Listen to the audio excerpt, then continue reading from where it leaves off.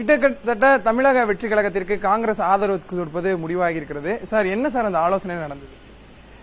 ஆலோசனை நடத்தியிருக்காங்க. தலைவர்கள் தன்னுடைய கருத்துக்களை சொல்லியிருக்கிறாங்க. இப்போ எங்க கிரீஷ் சோடங்கர் வந்திருக்காரு, பொறுப்பாளர்.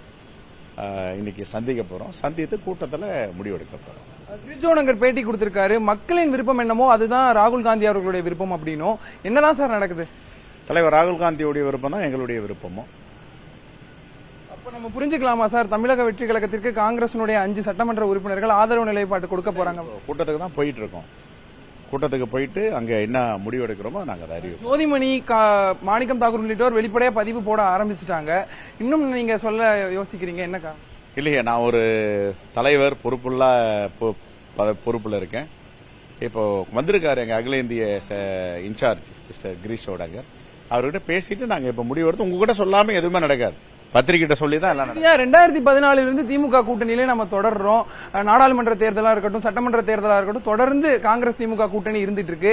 இப்படி இருக்கக்கூடிய சூழ்நிலையில திடீர் திமுக காங்கிரஸ் கூட்டணி உடையுதா சார்? அதான் சொல்றேனே, நான் இப்ப போயிட்டு எங்க பொறுப்பாளர்கிட்ட பேசிட்டு நான் கூட பதில் சொல்றேன். தேங்க்யூ.